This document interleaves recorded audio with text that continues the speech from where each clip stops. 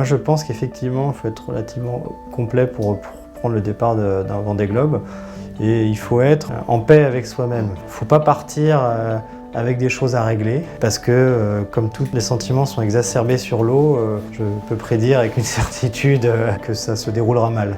Donc il faut prendre le départ en étant en phase avec soi-même, en phase avec ses envies, pour les bonnes raisons, et en s'acceptant. C'est pour moi une condition super importante, parce que quand on est seul pendant de longues semaines sur un bateau, on a comme un dialogue interne qui est important. Il faut être sur le bon canal. Il y a une façon de penser, il y a une façon de parler qui doit être toujours positive et en accord avec soi-même. Ça en participe à la pression du départ, c'est de partir à la fois le plus près possible au niveau technique sur le bateau, au niveau physique, etc.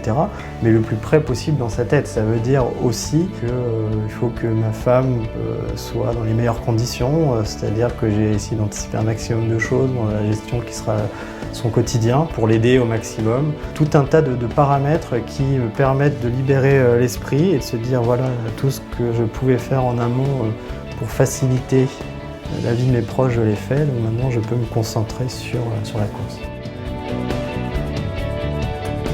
Pendant 3 semaines, on est au port, dans les préparatifs, on n'est plus marin.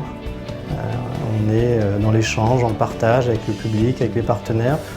Et on va remonter ce chenal avec une émotion qui sera forcément au rendez-vous et très forte.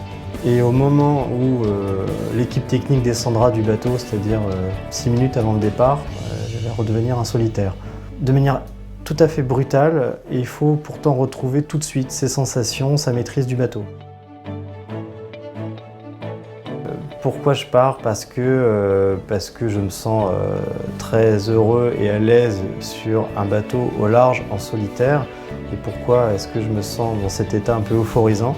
Parce que le fait d'être seul face à soi-même, dans un environnement aussi hostile, permet d'aller explorer des limites qu'on ne soupçonnait même pas avoir.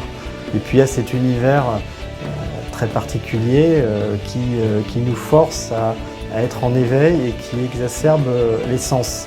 Quand on est tout seul sur un bateau, il faut être à l'écoute de son bateau. Donc ça veut dire qu'on sent mieux, on entend mieux, on voit mieux. Et cet état unique ne peut, à mon sens, se trouver qu'en mer, et en particulier en solitaire, puisque c'est le seul moyen d'être complètement en éveil.